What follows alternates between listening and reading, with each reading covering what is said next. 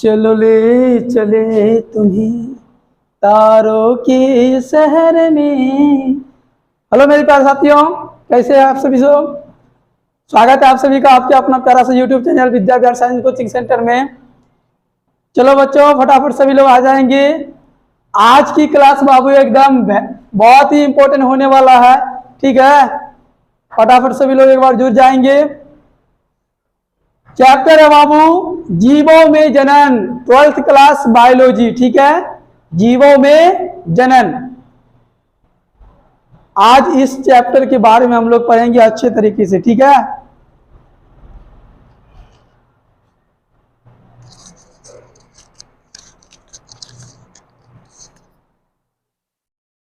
सबसे पहले इस चैप्टर में हम लोग जानेंगे बाबू कि जीवन अवधि क्या है।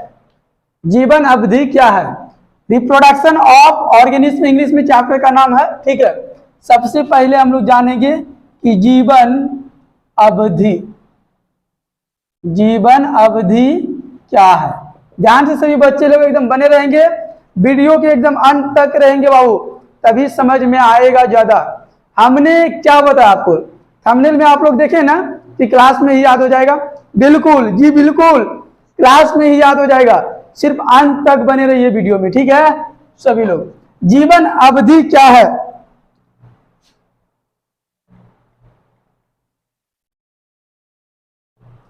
तो याद रखेंगे बाबू, किसी जीव का उसके जन्म से लेकर, किसी जीव का उसके जन्म से लेकर ठीक है, जन्म से लेकर उसकी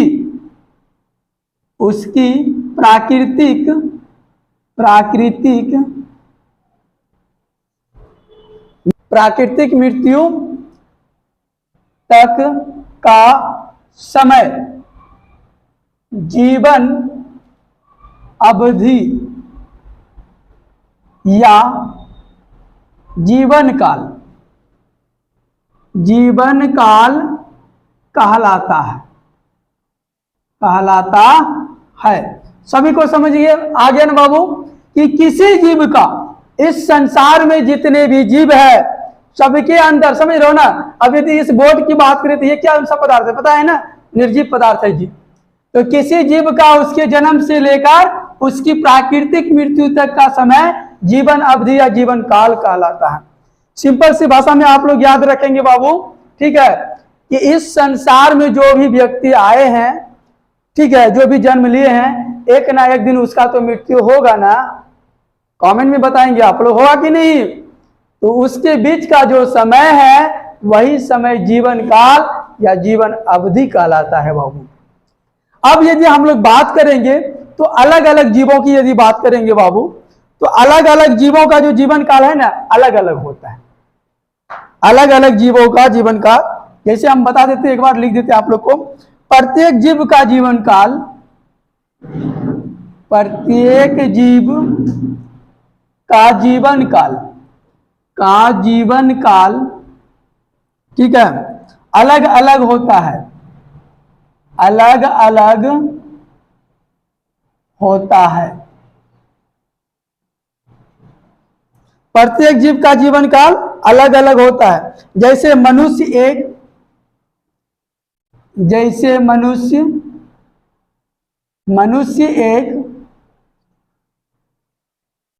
है, मनुष्य एक जीव है, ठीक है, जिसका जीवन काल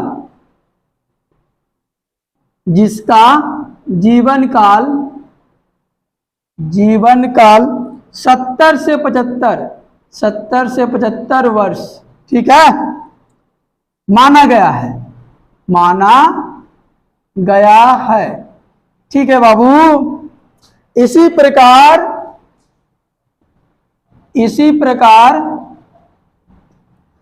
अलग अलग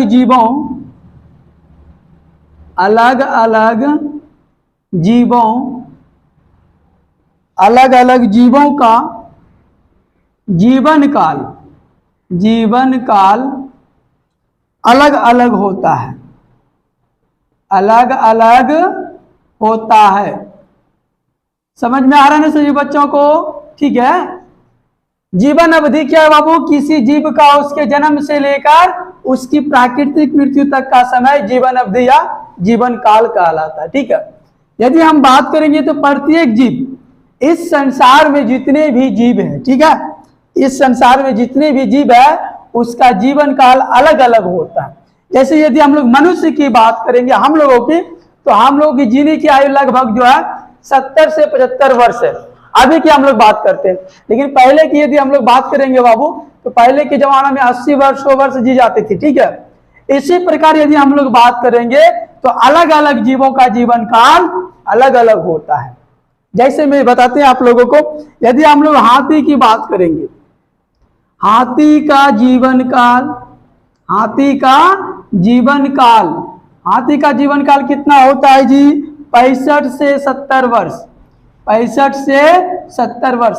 फटाफट सभी लोग वीडियो को एक बार लाइक करेंगे बाबू। ठीक है, फटाफट सभी लोग एक बार वीडियो को लाइक करेंगे। हाथी का जीवन काल कितना? 65 से 70 वर्ष। ठीक है जी, 65 से 70 वर्ष। यदि हम लोग कुत्ता की बात करेंगे बाबू, कुत्ता की यदि बात करेंगे तो इसका होता है 20 से 25 वर्ष, 20 से 25 वर्ष। आपसे ऑब्जेक्टिव क्वेश्चन करेगा, ठीक है, आपसे ऑब्जेक्टिव क्वेश्चन किया जाएगा कि हाथी का जीवन काल कितना होता है, तो याद रखेंगे बाबू 65 से 70 वर्ष। ठीक है। कुत्ता का जीवन काल कितना? 20 से 25 वर्ष। उसी प्रकार यदि हम लोग तितली की बात करेंगे बाबू, तितली की यदि हम लोग बात करते हैं तो इसका 1 से 2 हफ्ता, 1 से 2 हफ्ते होते हैं। किसका? तितली का जीवन काल। इसको थोड़ा सा इधर रखिए ना, मान दीजिए थोड़ा सा।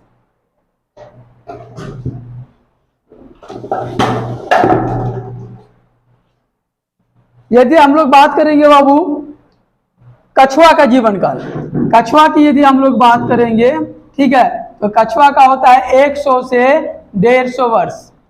सभी को समझ में आ रहा है ना? क्लास में ही याद हो जाएगा एकदम। देखिए ध्यान से, घर में रटने की जरूरत नहीं है सभी बच्चे को। ठीक है।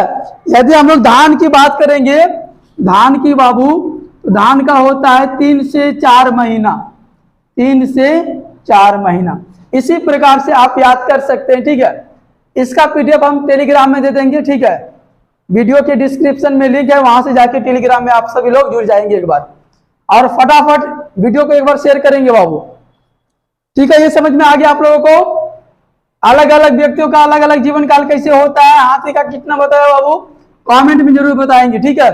और एक बात याद रखेंगे आप लोग कि केला का बताइएगा आप लोग कि केला का जीवन काल कितना होता है, कमेंट में बताइएगा, कमेंट बॉक्स में बताइएगा बाबू कि केला का जीवन काल कितना होता है। चलिए आगे देखते हैं। यहां तक समझ में आ गया सभी को ना? एक बार स्क्रीनशॉट ले लो सभी लोग बाबू। चलो ले लिए, चलते हैं आगे बढ़ते हैं।